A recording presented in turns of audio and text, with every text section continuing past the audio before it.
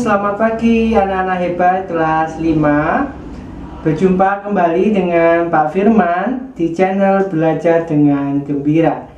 Semoga hari ini anak-anak dalam keadaan sehat dan tetap semangat untuk kita belajar bersama. Hari ini kita akan melanjutkan pembelajaran kita setelah kemarin kita belajar tentang dampak dosa. Hari ini kita akan bersama-sama belajar tentang Allah mengasihi dunia. Mari kita bersama-sama simak video pembelajarannya.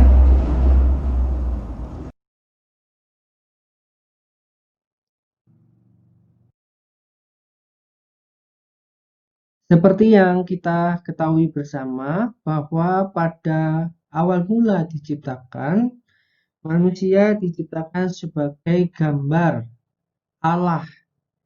Ya, manusia diciptakan sebagai ciptaan yang sempurna, yang diberikan sifat-sifat Allah, yaitu kasih, kesucian, dan akal budi. Tetapi ketika manusia jatuh ke dalam dosa, dosa telah merusak kehidupan manusia sebagai gambar Allah. Rusaknya relasi antara manusia dengan Allah itu berarti putusnya hubungan manusia dengan Allah. Nah, kalau digambarkan putusnya hubungan manusia dengan Allah itu ibaratnya seperti gambar ini. Ada jurang yang memisahkan antara Allah dan manusia, yaitu jurang dosa. Kalau dulunya kita hidup berdampingan, hidup di dalam relasi yang hangat, relasi yang intim bersama Allah di Taman Eden, tetapi dosa telah mengakibatkan manusia diusir dari Taman Eden sehingga ada jarak antara manusia dengan Allah. Nah, bagaimana kita bisa membangun hubungan kembali bersama dengan Tuhan supaya kita bisa hidup bersama di dalam relasi yang hangat dan intim?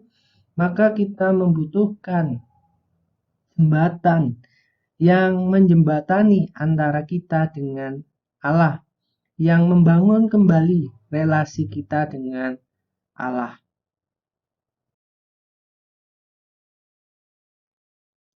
Nah, kalau manusia sendiri yang membuat jembatan, maka tidak akan mampu untuk kembali memiliki relasi yang baik dengan Allah, karena kecenderungan manusia untuk memberontak dan berbuat dosa. Oleh sebab itu, Allah sendiri yang melakukannya bagi kita umatnya. Kasih-Nya diberikan melalui Tuhan Yesus. Ya, Tuhan Yesus menjadi jembatan antara manusia dengan Allah, yang lalu kemudian membuat relasi kita dengan Allah kembali dalam kondisi yang baik seperti pada permulaan ketika kita diciptakan. Tindakan kasih Allah yang diwujudkan untuk menyelamatkan manusia itu disebut sebagai janji induk Allah, yaitu janji untuk menyelamatkan manusia. Kita bisa membacanya di dalam Injil Yohanes pasal 3 ayat 16. Karena begitu besar kasih Allah akan dunia ini, sehingga Ia telah mengaruniakan anaknya yang tunggal, supaya setiap orang yang percaya kepadanya tidak binasa, melainkan beroleh hidup yang kekal. Sekalipun manusia jatuh ke dalam dosa, yang artinya manusia harus dihukum ya di dalam hukum yang kekal, karena upah dosa adalah maut, tetapi karena kasih-Nya Tuhan tidak menghendaki kita binasa. Allah tidak menghendaki kita binasa. Allah menghendaki supaya kita diselamatkan dan kembali ke dalam relasi yang indah bersama dengan Tuhan di dalam kerajaan surga. Nah, sejak zaman permulaan ketika manusia jatuh ke dalam dosa, Allah senantiasa menyatakan janji induknya, janji penyelamatannya itu melalui para nabi. Salah satu contohnya, janji itu disampaikan melalui Nabi Yesaya. Bisa kita baca di dalam Yesaya 7 ayat 14. Di sana dinubuatkan tentang kelahiran seorang anak laki-laki yang akan menjadi raja selama-lamanya. Ia akan disebut Immanuel, artinya Allah beserta kita. Ia akan memerintah di atas tahta Daud. Nah, nubuat ini merujuk pada kelahiran Tuhan Yesus Kristus.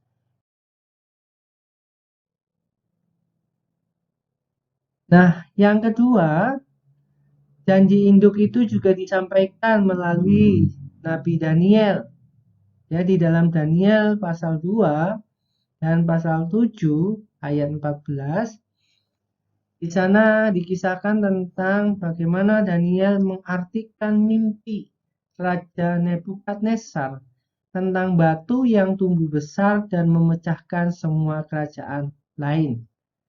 Ya, arti mimpi itu adalah bahwa kerajaan Yesus akan tumbuh menjadi kerajaan yang besar dan akan menjadi kerajaan yang kekal.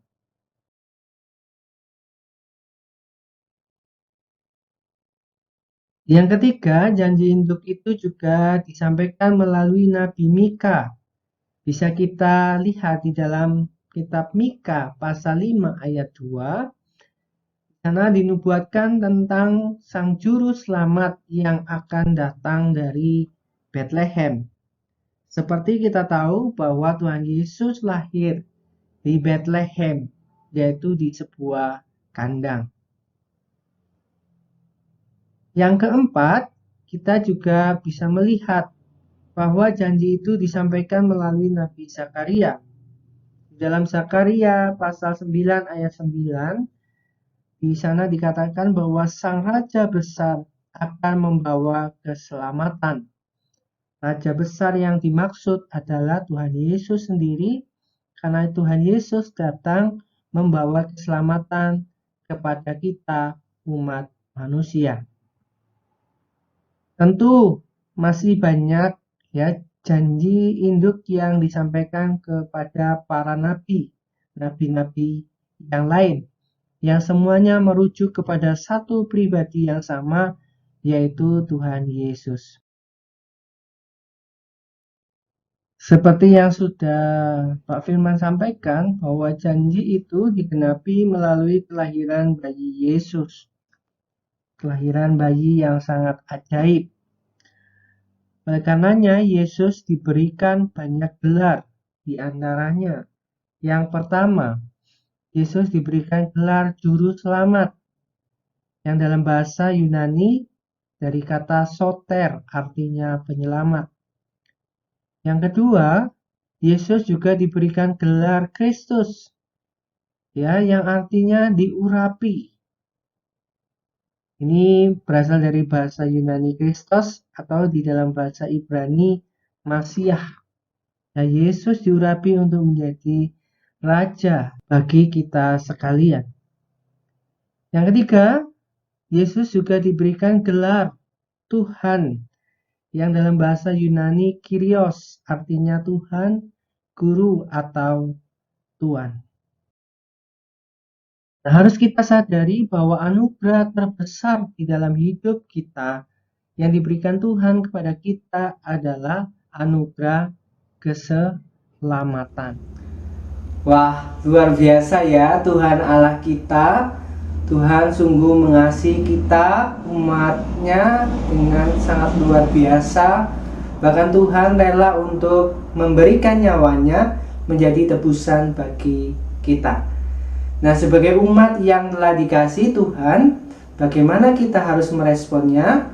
Tentunya kita harus mensyukurinya dan kita memberikan kasih kita yang terbaik kepada Tuhan dengan melakukan kehendak-Nya.